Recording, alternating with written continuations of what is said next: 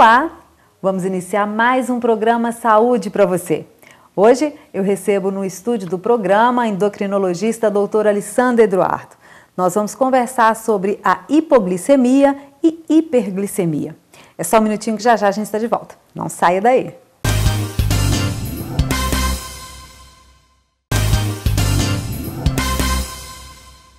Estamos de volta com o programa Saúde para você. Agora sim, eu vou conversar com a endocrinologista, a doutora Alissandra, sobre a hiperglicemia e a hipoglicemia. Olá, doutora, seja bem-vinda ao nosso estúdio. Muito obrigada, mais uma vez estar aqui participando com você desse papo, né? Pois é. Então, antes de falar da diferença da hiperglicemia e da hipoglicemia, define pra gente glicemia. O que é glicemia? Glicemia, grosseiramente falando, é os níveis aumentados de açúcar no sangue, né? Então, quando uma pessoa começa a ter qualquer alteração nesses níveis de glicose no sangue, a gente fala que ele tem um distúrbio ou de hipo ou de hiper. Né? Então, qual que é a diferença de hipo e hiperglicemia? A gente configura a glicemia normal de 70 a 99. Então, quando um paciente apresenta uma glicemia menor do que 70, a gente já pode nomeá-lo como tendo uma crise, uma hipoglicemia, né?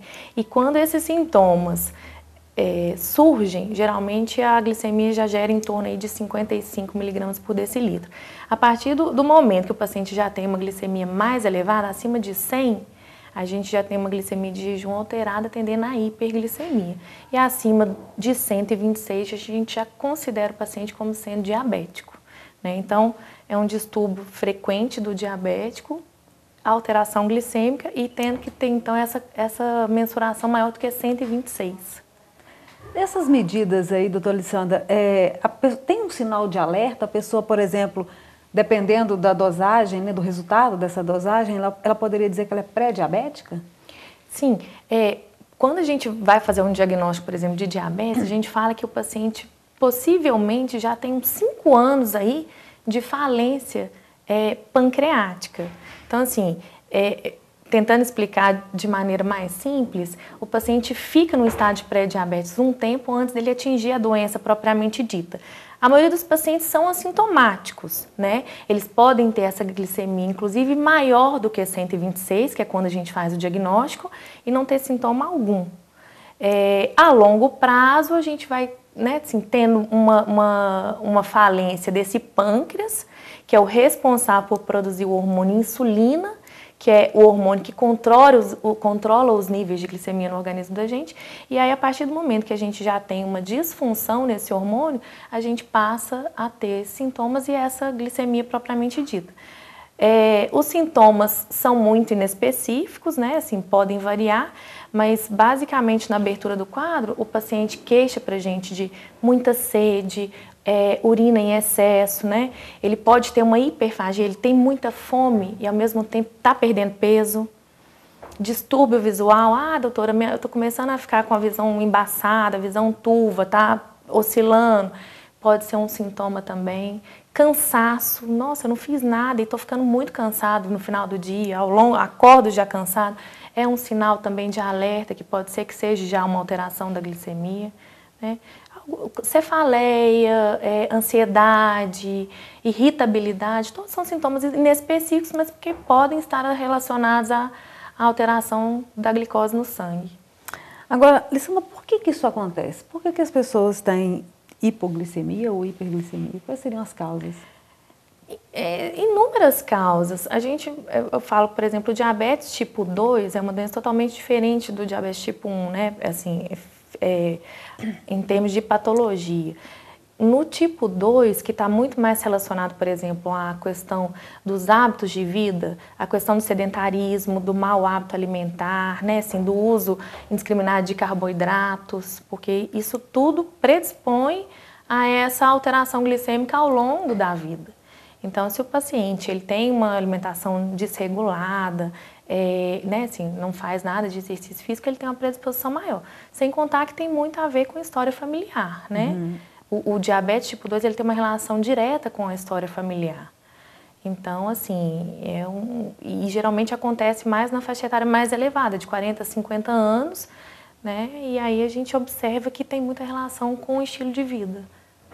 Tá. Agora, quais os gatilhos para hiperglicemia, por exemplo? É isso tudo que a gente já está falando, é a falta de atividade física, é a alimentação irregular não balanceada por exemplo, o estresse, a ansiedade, o fato de não dormir bem, de ter uma vida mais agitada, isso tudo pode desencadear uma doença que já está ali, por exemplo, a doença que já está vindo, entendeu? Podem ser esse gatilho. É muito difícil a gente, por exemplo, pegar um diabético tipo 2 que tem uma abertura de quadro, né, se um adulto jovem, um paciente de 40, 50 anos, é muito difícil ele abrir um quadro com cetoacidose diabética, que é uma complicação aguda, né, de sinais assim, ativos de falência pancreática já, mas pode acontecer também. Mas como a gente já conversou, basicamente, se a pessoa vem com um cansaço crônico, uma irritabilidade, de repente começa a apresentar um excesso de sede, está urinando muito, acorda à noite para fazer xixi. Tem muita gente que chega para a gente e fala assim, eu estou percebendo formiga no vaso. Então, assim, pode ser um sinal de açúcar na urina, né, que é uma das formas também que a gente faz o diagnóstico. Então, assim, ficará atento para esses sinais e sintomas, né, uma perda de peso súbita, por exemplo, assim, eu estou comendo normal, estou comendo em excesso até e estou perdendo peso. Então, assim, eu acho que diante desses sinais e sintomas, deve procurar um especialista para estar avaliando realmente se há alguma alteração metabólica. Agora, doutora Alessandra, qual que é a relação, por exemplo, da hiperglicemia e da hipoglicemia também com outras doenças? Não, são doenças assim que têm uma íntima relação com o quadro de diabetes. Como a gente já falou, são questões agudas do diabetes, né, independente tipo 1, tipo 2, e raras no não diabético. Quando a gente está se tratando de um paciente diabético, a hiperglicemia está relacionada, por exemplo, à má alimentação, ao uso inadequado tanto dos hipoglicemiantes orais ou, por exemplo, da insulina, né, de acordo com o tratamento específico de cada um. A falta de atividade física também pode gerar essa hiperglicemia. Então, assim, o tratamento inadequado pode perpetuar essa elevação glicêmica no organismo, o que não é bacana, porque a glicemia ela funciona como se fosse uma inflamação no organismo. A longo prazo, essa glicemia elevada, ela compromete a visão, os rins, os nervos, que são órgãos primordiais para a gente. E além disso, a preocupação maior dessa hiperglicemia crônica são com as doenças macrovasculares. É uma possibilidade de um infarto, de um AVC, entendeu? Então, se não for uma doença muito bem diagnosticada e tratada, as complicações são inúmeras, né? No caso da hipoglicemia, que também é uma complicação aguda do diabetes, a gente pode estar relacionado também, por exemplo, ao uso excessivo de insulina ou alguns antidiabéticos orais que causam hipoglicemia. Um exemplo, por exemplo, a glibenclamida é um tipo de medicação que dá muita hipoglicemia, principalmente no idoso. Então, a gente tem que ter cautela quando a gente pensa em usar esse tipo de droga, né? Para cada tipo de hipoglicemia ou hiper, por exemplo, tem as de jejum, que a gente considera quando a gente acorda, tem as pós-prandiais, né, assim, 2 horas depois das refeições, quando a gente mensura. Então, de acordo com cada alteração, de acordo com os horários, a gente vai pensar em estabelecer o tipo de tratamento, né, mais adequado para aquela pessoa. E no caso, então, da hipoglicemia no paciente diabético, rever se não está tendo um excesso de dose, ou se porventura ele não está passando longos períodos sem estar se alimentando, ou se porventura também ele está fazendo atividade física em excesso. Então, a gente tem que particularizar cada indivíduo e, né, assim, cada tipo de tratamento que está sendo proposto para ele, para avaliar por que dessas causas. Ok, nós vamos para um pequeno intervalo. Programa Saúde para você, volta já.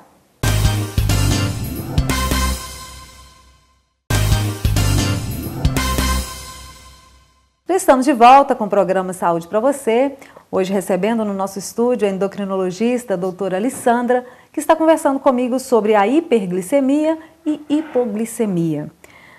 Alessandra, fala pra gente, uma pessoa, por exemplo, que não é diabética, ela pode ter hipoglicemia ou hiperglicemia? Pode. Como eu falei, são complicações agudas do diabetes, mas algumas pessoas, por exemplo, podem ter essa hipoglicemia por uma ingesta excessiva de álcool ou por um uso inadequado, né, assim, digamos assim, de uma medicação que causa hipoglicemia. Existem alguns antihipertensivos que podem, né, assim, ocasionar isso, por exemplo, os beta-bloqueadores, que são drogas comuns e rotineiras, né? De repente, por exemplo, o uso de uma sulfonilureia ou o próprio, uma tentativa, né, assim, uma tentativa de baixar mesmo a glicemia. Então, assim, no caso, o uso de insulina. Então, algumas pessoas podem ter. Por exemplo, o jejum prolongado também é uma causa, um fator que pode estar relacionado à hipoglicemia numa pessoa que não é diabética. O fato, por exemplo, de fazer um treinamento excessivo, uma atividade física excessiva, né? Sem uma orientação, sem uma suplementação, também pode configurar isso. Então, assim, e algumas doenças, existem alguma insuficiência hepática, um paciente que é um portador de uma insuficiência renal, insuficiência adrenal, algumas doenças metabólicas estão intimamente relacionadas a isso. Então, existem causas, sim, né, assim, pré-estabelecidas que podem estar relacionadas com esse quadro. No caso da hiperglicemia também, existem drogas e essa mesma situação, por exemplo, o uso irregular, tipo assim, indiscriminado de carboidratos, pode estar predispondo a essa hiperglicemia sem configurar um diabetes propriamente dito. Aí a gente entra naquela questão do pré-diabetes a longo prazo, né? A própria obesidade predispõe a isso também. E da mesma forma, o sedentarismo, a não prática de atividade física também pode propiciar um aumento da glicemia, por aumentar essa insulina no organismo, pelo aumento da hiperinsulinemia, levando a desregulação do controle metabólico e aumento glicêmico. Agora, Alessandra, uma pessoa nesse estágio pré-diabético, se ela cuidar também, ela pode reverter essa situação, claro, né? E a gente fala que o mais importante, eu costumo dizer isso para todos os pacientes, para as pessoas que a gente convive, é mudança de estilo de vida. Então, se você tem uma prática regular de atividade física e uma alimentação balanceada, a gente consegue prevenir e evitar essas complicações. Tá, agora, Alessandra, quais os sintomas, né, fazendo aí vamos dizer, um quadro de diferenças de um e de outro, os sintomas da hipoglicemia e da hiperglicemia? Um paciente com uma hipoglicemia, geralmente ele vai ter tremor, ele vai ter uma sudorese mais fria, que a gente chama de diaforese, ele pode ter cefaleias, palpitações, náuseas, né, pode chegar a um quadro de vômitos, por exemplo, ele pode ter perda de consciência, crise convulsiva e até um coma, num estágio mais avançado, né? Assim, essa glicemia mais baixinha pode levar a isso. E uma hipoglicemia também severa, que pode ser até incompatível com a vida e ocasionar a morte. Então, assim, é importante a gente saber diagnosticar para poder tratar. Causa base, né? O sintoma propriamente dito. No caso da hiperglicemia, cursa muito com uma sede excessiva, que a gente chama de polidipsia, questão de urinar em excesso também, que é a poliúria, a nictúria, que é urinar, né, assim, no período noturno principalmente, uma hiperfagia, o comer excessivo relacionado com a perda de peso, e os sintomas inespecíficos também, como a cefaleia, o mal-estar, a fadiga, o cansaço crônico, todos podem ser sintomas. Essa hipoglicemia pode ser lenta, gradual, a hiper também pode ser. Então, assim, são complicações que podem ser agudas, mas podem levar anos para começar a aparecer os sintomas. Então, a gente só consegue mensurar realmente se existe o sintoma, o sinal e o sintoma, se a gente fizer uma monitorização. Não tem como a gente saber sem fazer uma pontinha de dedo, por exemplo. Então, diante de qualquer desses sintomas, por exemplo, que estão vindo perpetuando, o ideal seria que a gente fizesse uma monitorização glicêmica no mínimo, né? Ou então procurasse uma avaliação para fazer uns exames seriados para a gente estar conseguindo diagnosticar isso aí e intervir. Alessandra, recentemente a gente viu na mídia, né, uma pessoa que teve um acidente que supostamente seria causado por uma hipoglicemia. Isso pode acontecer realmente ao ponto da pessoa perder o sentido? Foi bem frisado na mídia, foi em Brasília, aconteceu uma uma mulher condutora de um veículo que parece que perdeu o nível de consciência e invadiu a calçada e atropelou um casal de idosos e ambos vieram a óbito. Então, assim, ficou atribuído que essa pessoa teve uma crise de hipoglicemia, tanto que ela foi levada para o hospital desacordada e quando chegou lá eles viram que ela estava com uma glicemia menor que 55, né? É uma mulher de uns 50 anos que até então não tinha diagnóstico de diabetes, não tinha uma doença de base prévia, não configurou, por exemplo, que ela estava embriagada, que poderia ter sido uma causa dessa hipoglicemia, mas aí então continuou com a investigação. Pode sim, respondendo a sua pergunta, crises hipoglicêmicas estão relacionadas a distúrbios de cognição. Então ela pode, uma pessoa tendo um quadro de hipoglicemia pode perder nível de consciência, pode ter até uma crise convulsiva, né? Aí o importante é a gente saber avaliar que aquilo ali é uma crise de hipoglicemia e tratar. Se a pessoa, por exemplo, não tiver com perda de nível de consciência, o que a gente preconiza é 15 a 20 miligramas de glicose, que equivale, por exemplo, a uma colher de mel, ou a 200 ml, por exemplo, de refrigerante normal, sem ser diet, sem ser light, né? Ou um copo de suco de laranja, que contém açúcar, que consiga subir os níveis para os normais, né, assim, rápido, tá? A gente não sugere que nesse momento a pessoa faça a ingestão, por exemplo, de um bombom, alguma coisa do tipo, porque tem gordura, então a gordura retarda a absorção do açúcar. Então é preferível que ele tome, por exemplo, um copinho de água com açúcar ou uma colher de mel, para que os níveis subam mais rápidos, tá? Diante de um quadro mais grave de hipoglicemia, a gente conseguir melhorar, levar para os níveis ótimos se for glicose venosa. Aí já tem que estar num ambiente hospitalar. Questão do tratamento. Então, o tratamento basicamente é saber a causa base, né? No caso do diabetes, que é o mais frequente, manter o paciente bem equilibrado, né? E o glicêmico. Essa variabilidade, por exemplo, ficar fazendo hipo, é deletério para o organismo, não é bacana para o paciente que tem a doença, porque a longo prazo ele vai ter complicações disso. Então, assim, no caso, por exemplo, se são drogas que estão causando essa variabilidade, tentar mudar, né? Se ficar muito tempo em jejum, então tentar adequar essa dieta num espaço mais curto de tempo. É atividade física que não está fazendo, ou está fazendo em excesso. Tentar ter um equilíbrio e justificar a causa base, né? Existem, como eu falei, doenças metabólicas, endócrinas, que podem estar relacionadas. Então, diante dessa investigação, tratá-las para que esses sintomas não se perpetuem, porque eles alteram a qualidade de vida e eles podem repercutir, né? Porque não é bacana. Tá certo. Tá aí, mais uma dica do programa Saúde para você. Agradeço a participação. Foi um prazer hoje. Mais uma vez estar aqui respondendo, né, assim, tirando dúvidas. E estamos à disposição também para qualquer pessoa que queira ou conversar mais ou precise, né, de estar recebendo um acompanhamento, à disposição. É isso mesmo. E o nosso número do WhatsApp está aparecendo agora na tela. Ou também pode mandar a sua pergunta, a sua sugestão de tema no nosso Facebook. Até o próximo programa. Saúde para você!